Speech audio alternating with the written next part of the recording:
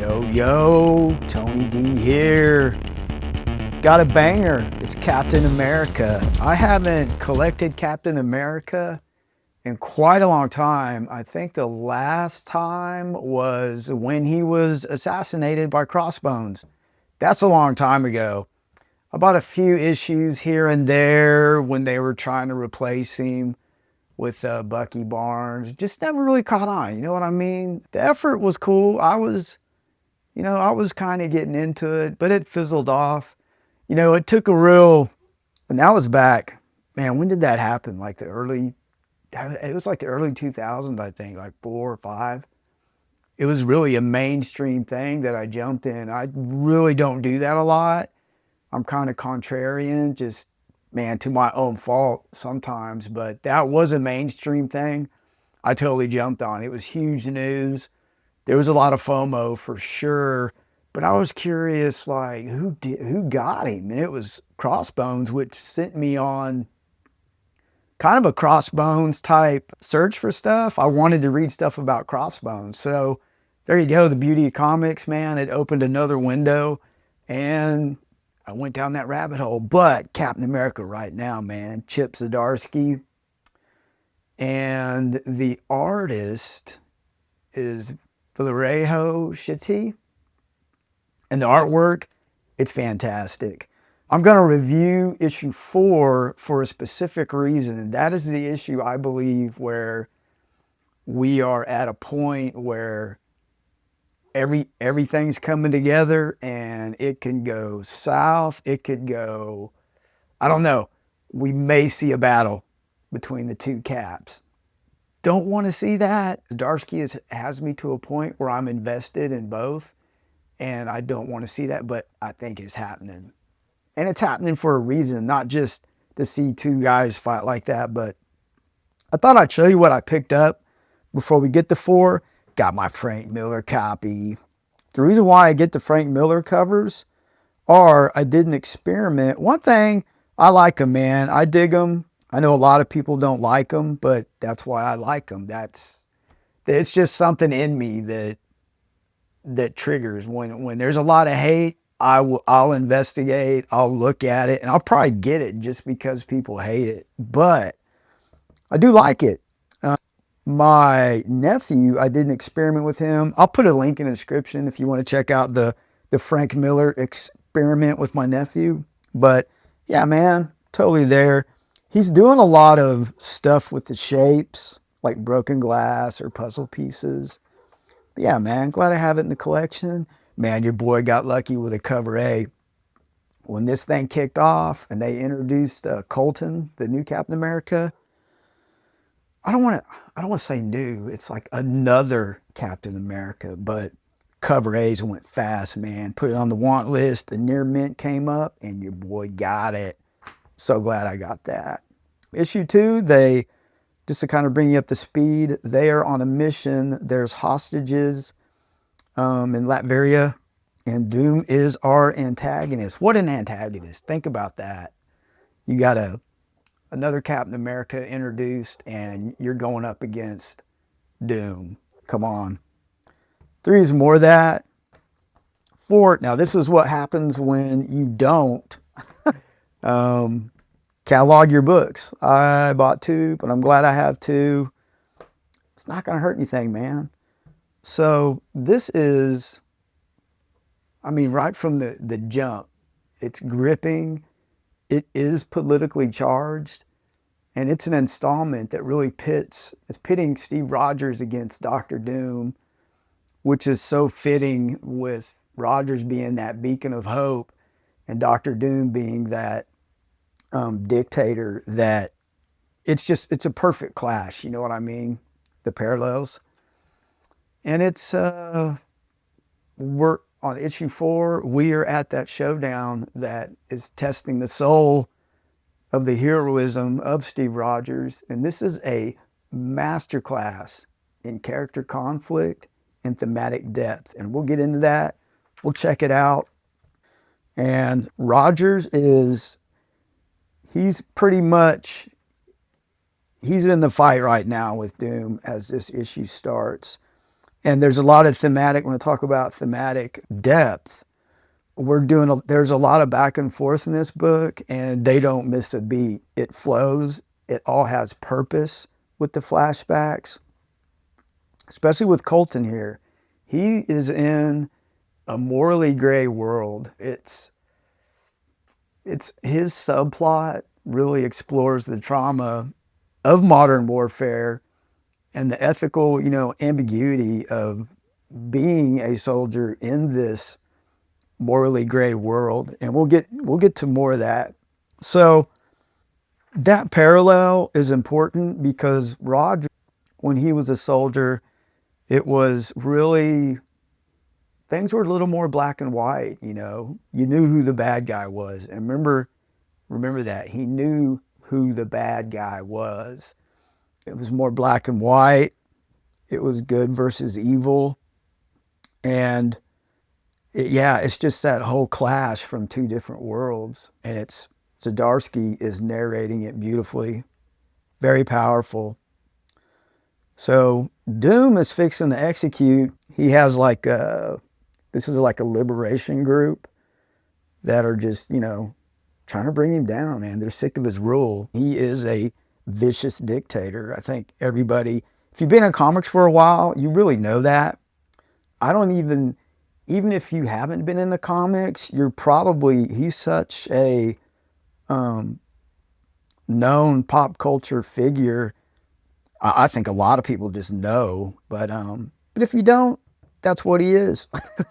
So this is very important as a visual piece of the narration.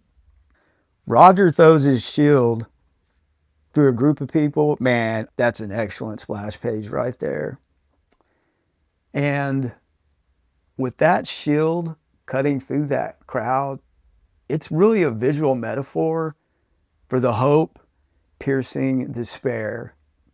Hope is so powerful.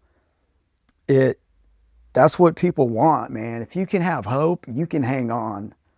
And that's a big part of the Rogers Captain America, is that hope. Like right there, man, it's on full display.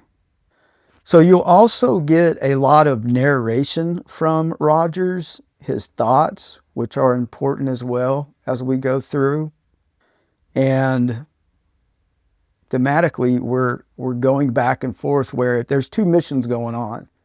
Rogers up against Doom and Colton, and the new Howling Commandos are going after the hostages. Now the hostages it's a father and a daughter. It's a political figure, and that's what's going on here. This is interesting, and this actually sets up something powerful later on that we'll see, where one of these Howling Commandos asks him, like, why don't you just throw the shield and ricochet it and hit all these dudes? And Colton is like, if I throw this, they suddenly got a shield. So he doesn't have that ability, which I think is important. Like you're getting a more of a definition of, there is no kill rule with these Howling Commandos. This is your modern warfare right here. It's just, you're done.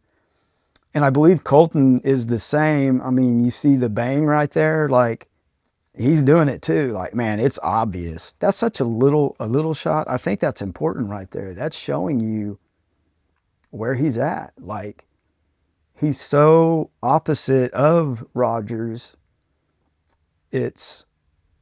You just can't help but think, yes, there's going to be a clash. They're going to go at it. And part of me wants that to happen. I think that's going to be a huge narrative, like it'll be extremely powerful and extremely dramatic. And you'll find out as we go. But this battle, Captain America, man, he'd take on anybody. And like that, Zdarsky puts that on full display, where he literally, there's no give up. Like I said, there's always hope with Captain America, and he's never out of the fight. Much respect. So, see what I mean by the artwork? It's really good. So they find the hostages. Cool, man. They're accomplishing their mission. So now it's extraction time, and that's the father, that's the daughter. And what's important is he is a political figure from another country, and that's really all you need to really know about these characters. And there it is. You get a brutal look at that color too. Just bam. So this Howling Commando just, and even that little thing there, the shush, like how evil is that? And right in front of his daughter as well. So these Howling Commandos, like out of nowhere, you get a twist like that, and it's pure evil. It's pure, I guess they are like a black and white type, have that black and white type narrative. Like you get your orders, you follow them, and you do it. There's no ifs, ands, or buts, but you're in such a gray area with that. It's really insane. So if you have any morals about you, like something like that, and also Colton has been betrayed. He had no idea that was going to happen. And there it is, orders are orders. It's such a contrast to Rogers, where, I mean, yeah, orders are orders, but man, you got to question things sometimes. You can't just blindly follow orders like that. If you don't question authority sometimes, I mean, you'll get stuff like the Howling Commandos, but yeah, that's why this thing is politically charged. So they have to do the girl too, man. Like that's what they're talking about. And then you go from that to the fight. It's and then you're like, wait a minute, I can't leave that. I need to know what's up. But they do a fantastic job of keeping you in that realm with the tight narrative, suspenseful. It's thematic, parallel, going from action to action. Rogers, he's doing his things. And man, she's just like, sorry, kid, I'll make it painless. And Colton loses it. He's got that moral ambiguity, man. And it's like, or that, that moral gray area, just, he can't do it. He's just like monsters. I mean, they even say that they're monsters. And then bam, you're right back to this. Zdarsky, man, this is a masterclass in paneling and keeping that thematic action going. It's very sharp and introspective with the dialogue, even as we go. And there it is right there. Rogers pretty much tricks Doom in the fighting. He pretty much says that you're not a symbol for your people if you have to hide behind machines. Like he gets them with that talk. He even says, I've got him. So he played Doom. So they're gonna do it, man. Mano y mano. And another thing, about the two different time eras, World War II era, they had ethics, man, like there was more, I don't know, man. You can't really, it's hard to say warfare is ethical but it seems like there was more structure and rules to the game, not a game, but to conflicts, which it's just totally gone now. And then Colton, he's got to save the girl. That becomes his new mission, is to save that little girl, because he's just not going to have it. And just the whole fight with the commandos. And they even tell him, like, we're elite, Cap, we're big picture. They're throwing that out there. And Doom even tells, Rogers, you're the pinnacle of humanity, from a century ago. The whole man out of time, it's always there. And Rogers really wins over the people with actually protecting them. And it gets deeper. It's a slow process, but he even tells him, like, that's very powerful. He's like, the guy just goes and like, Doom literally just says, the theatrics, are unnecessary. Considering he's not American, it's like Captain America goes beyond America. It's humanity for him. It's like it's a human thing. That's what's always made Captain America powerful is the humanity. And this is a big, powerful silence. That's important. It's just so dramatic and powerful, man. I have to be quiet and take it in a little bit. This whole time, Steve's internal monologue really offers a poignant reflection on his leadership and legacy. And just that silence is so powerful. And Reed Richards gave our guy Rogers this device, and this is so perfect, this setup. So earlier he was like, hey, if I throw this shield, they have a shield. He throws it. That is such a powerful shot right there. Yeah, and he gets him with Reed Richards' device as our man saves the girl. I mean, look at that. The shield's still flying. That's why 4 is the one to review, because it's so powerful. And it's totally worth, like, if you're going to get into this, get the second prints, whatever you got to do, go with 1 because it builds up to this. I wouldn't consider this like a jumping in spot. I do 1, 2, and 3, man. It's totally worth it. It's worth the money. Even a second print, third. I mean, it'll probably go in the third. So he even tells him, Richard says hi. And he has a limited amount of time. And this is how smart Rogers is. He rips his mask off, showing him to his people the true ugliness of his dictatorship on full display. That's really what that symbolizes. Yeah, this is where he's like, hey, Doom. Reed Richards says hello. Pop. That's our boy, man.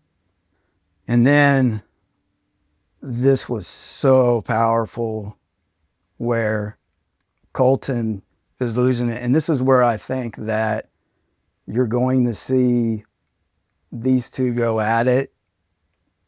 And I really think Colton's lost it. He's over the edge right now. It's too much to be ultimately betrayed like that by your country. And then just the cold-blooded murder of a hostage and right in front of this little girl. And he just say, I've got to stay. He can't go. He's got to stay. And he keeps repeating that. And he's like, don't you get it? It's the only way that he has to kill them all. And it ends on such a powerful note.